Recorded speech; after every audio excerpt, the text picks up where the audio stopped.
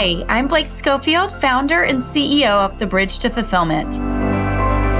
Mom to 3, USA Today top 10 professional coach, and former corporate executive who got tired of sacrificing my life for a comfortable paycheck. My mission is to expand perspectives to achieve greater impact at home and work without sacrifice. This is The Bridge to Fulfillment. Your lived experience versus the broader reality. Today, I'm going to share with you a really important concept that most of us don't understand is actually keeping us from living the fulfilling and meaningful and authentic careers, lives, and relationships that we really want. I've shared this before, but I'm going to share it again. One of the biggest risks in our lives are the stories that we believe are true that just aren't. Our brain is amazing at looking at circumstances and creating a story so that we can feel safe, so that we can believe that we understand why that happened and then can do things about it so that it doesn't happen again. And this is especially true when we go through challenging circumstances, things we don't understand. We often will ponder and think about and ruminate about those things and then decide that the way that we see it must be accurate. And the way this person is acting must be because of this reason. And this is why that's happening. And what I've really come to learn and understand is, like I said, how fantastic our brain is about coming up with stories and how often those stories are wrong. One of the biggest barriers to personal growth, to being able to transform and reach the next level in your career, your lives, your relationships, is often your environment. And what do I mean by that? Well, let's just imagine, right, that you grew up in a fishbowl. But you have no idea if it's a fishbowl because that has been your whole existence. So every single person that you interact with or every single fish in that fishbowl is a goldfish.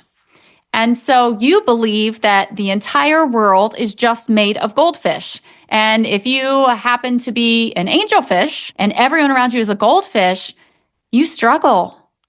You believe that something's wrong with you. You wonder why you don't fit in. You wonder why you feel different. I think many of us that are high achievers, we feel like that angelfish in a fishbowl of other fish. And we spend a lot of time talking to the other fish about our perspective on what we're struggling with. And often we are met with well-meaning advice that keeps us stuck because we're asking the wrong people, or in this case, we're asking the wrong fish. One of the biggest ways you can grow is to expand your circle, to get out of the normal circle of people you would talk to and put yourself in circumstances with people who have achieved the things you haven't achieved.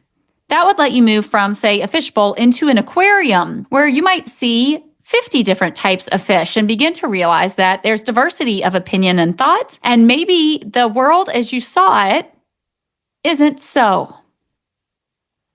And over time, the more you do that work, eventually, hopefully, you get to jump in the ocean and truly experience the power of what's really possible.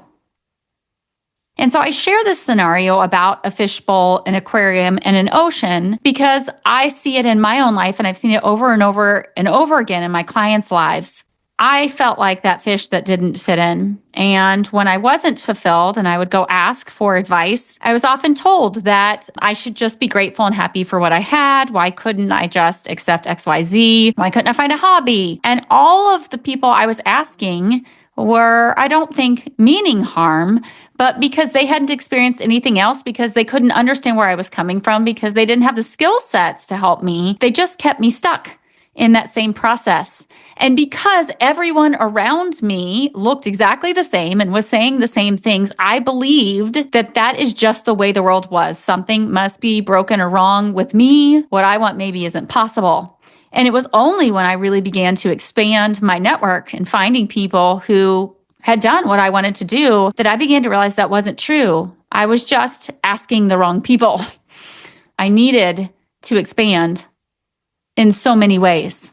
And so why is this a challenge, this idea of stories and what you believe to be true? Well, when we grow up in houses that have secrets, where we don't feel safe to fail, or we get yelled at for the mistakes that we make. When we have parents who either don't have the skills or are unwilling to help us process and understand our feelings and know how to trust our intuition. When we grow up in families that focus on achievements or what other people think, ultimately we end up looking externally for the answers. And when we look externally for the answers and we're in an environment of people that haven't accomplished or don't want to accomplish what we want to accomplish, we get stuck over and over and over again. And what often happens is we believe that we're the problem or what we want isn't possible, when that really isn't true. And so we start telling ourselves more stories and we get more and more stuck. And through that process, right, we lose the ability to be curious. We lose the ability to challenge our assumptions, and we stop asking for help. We are afraid to truly be vulnerable, to ask if what we are feeling or seeing is true, or if we're misperceiving it. Because it takes a level of self-awareness and it takes a level of vulnerability to challenge the stories that we're telling ourselves and to share that with others. And yet, when I look at this pattern, right, what is your lived experience? What are the things that you just believe are the way the world is versus the broader reality?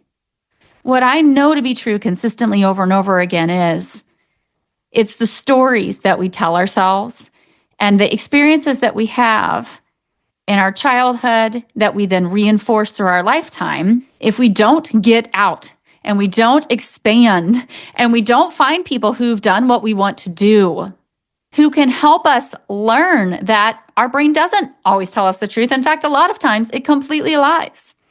That can help us begin to see what are the belief systems and big and little traumas we've been through and the conditioning we've experienced to start to feel safe enough to recognize that we aren't alone, we aren't broken, and nothing is wrong with us. That we have an opportunity to truly become the people that we feel called to be. And through that, we can begin to learn the ways of which we've held ourselves back, the ways of which our experiences weren't reality. And so today, I want to share with you, if this is resonating and you're like, okay, I get it, Blake. So my brain maybe is telling me stories that aren't true. I get that I need to expand my circle and be around people who've accomplished what I want to accomplish. And yes, that is some of what I experienced in my childhood. What do I do with that? Practically, what do I do with that? And what I would say to you is this: start with a small experiment, right? Which is the next time you start telling yourself a story about why something didn't go your way, why that relationship didn't work, why you're feeling stress and anxiety. Recognize the story that you tell yourself and then ask, can I be 100% certain that that is the only truth? I'm going to repeat that again. Ask yourself, can I be 100% certain that that is the only truth? And I think what you're going to find is the true answer to that is no, you cannot. And so then the next step would be to actually start to understand what else might be true. And you can start that brainstorming yourself. What else might be true? What else might I be missing? Why else might this have happened? What else might that person have felt? And then the third step would be to go have a conversation with whoever is involved and actually say to them, you know, when this happened, I'd love to understand, like, how are you feeling or what are you thinking? Or I'd like to talk to you about this experience because, you know, the story that I'm telling myself is X. Is that true? And so there's multiple ways of which you can begin that dialogue in a way that doesn't have to feel as vulnerable, all the way to very vulnerable. But it is in the opening up of the conversation that it gives you the opportunity to start to see, is my lived experience and the story I'm telling myself true? I cannot tell you how powerful this work is. I've been doing this work for years now, but just like everything I teach, the more you do this, the more you embody it, the more powerful the lesson is, the more it truly shifts and opens your mind and the doors of possibility for your life. And I can't tell you how much I've benefited by understanding when things happen, the stories I tell myself, and then being able to have those honest conversations and realize that that perspective was not right at all. The ways of which it's enabled me to build deeper and more authentic connections, the ways of which it's healed things that had been around for decades in my family that I thought couldn't ever be healed, the ways of which it's truly taught me compassion and understanding that we all are living the same human experience. We have different milestones, we have different backgrounds, but the reality is we're all living experiences where we're feeling emotions and telling stories and have similar desires for fulfilling happy lives and careers and relationships. And when we haven't been met in the past, when we have relationships that we feel like are unsafe or haven't fully supported us or don't really understand us, often it really is an opportunity for us to step into